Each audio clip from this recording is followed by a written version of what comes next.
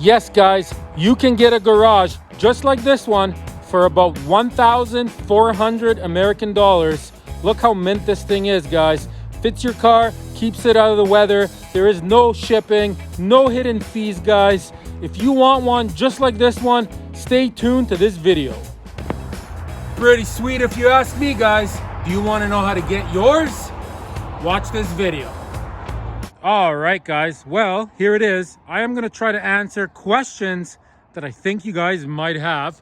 Look how beautiful this thing is. Okay, let's get into it right away. Okay, question number one, guys. How long does it take to build? Well, it took me literally not even 2 days to build this thing. 2 days, start to finish, to get this awesome looking thing that keeps my car safe. Question number two, guys.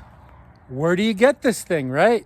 That's what you want to know. Well, every single part of this I purchased at Home Depot, guys.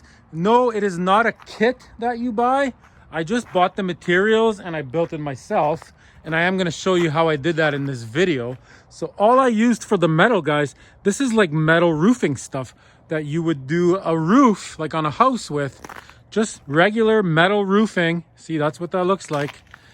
See what I mean, guys? The sides and the roof, it's all metal roofing, guys. So all of the metal for this only cost me around $1,140 for the metal, guys. The metal is pretty cheap. So the metal basically comes in 3-foot sections, right? So like that's one section, 2, 3, 4, 5, right? And it cost around $4.50 per foot. So it's like $4.50, $9, whatever, right? So like each section is $4.50 per foot and it's 3 feet wide. So I mean, do the math. $1,140 is what the metal came to. And as far as all the wood for framing it, it wasn't expensive at all, guys. There's very little wood here and it was not expensive at all. You know what I'm going to do, guys? I'm going to get this car out of here. But before I do, I'll show you what it looks like in here.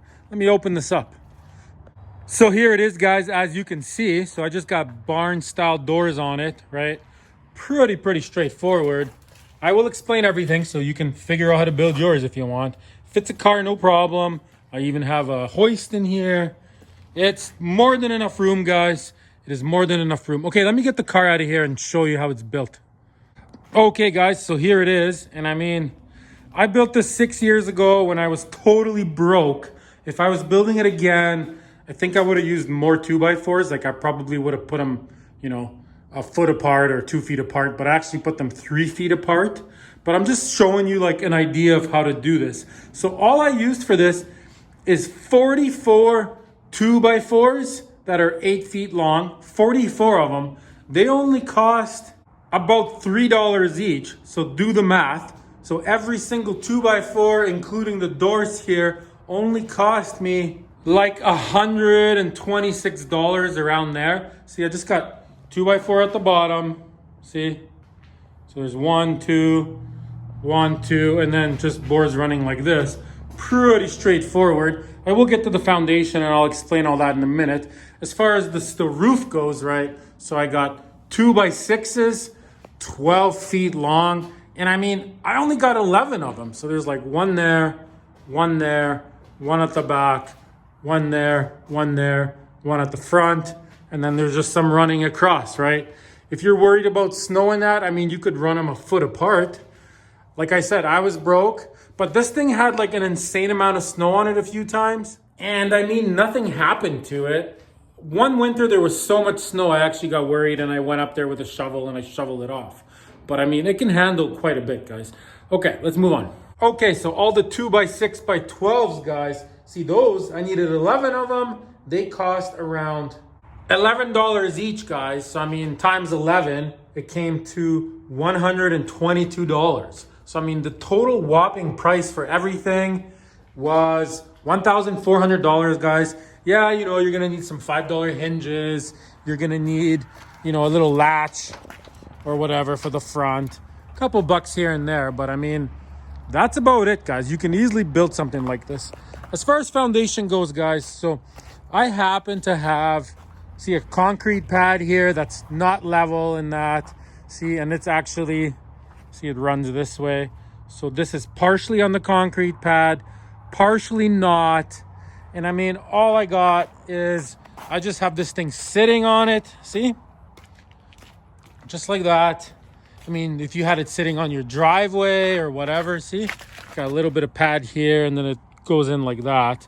So all I did, you know, for this area is I just use these cement, you know, patio stones or whatever you call them. Put one on each corner there. And I mean, I just got the wood sitting there. Like, I could have used treated wood, but this has been sitting here for 6 years and I mean, nothing's happened to it. See, anywhere where it was uneven, like the concrete kind of goes like this, right? So I just added a board. See, lifted it up a little bit. I mean, is this thing absolutely perfect? No, it's not perfect, guys, but it's pretty good for the price. And I mean, what are you competing against? You're competing against like a tent garage. Like, it's either something like this or something like that, guys. I mean, what would you rather have? This thing, after a year, the tarp started ripping. I had to put a tarp on top of it. That thing 6 years later, well, let's go over to it. Yeah, the thing is absolutely mint. It is very heavy. I've never had an issue with it blowing away or anything. If I was worried about that, if I lived somewhere windy, you know, you could drill a hole in the ground, you know, put a piece of treated 4x4 in, put some cement, right? Screw it in, one on each corner.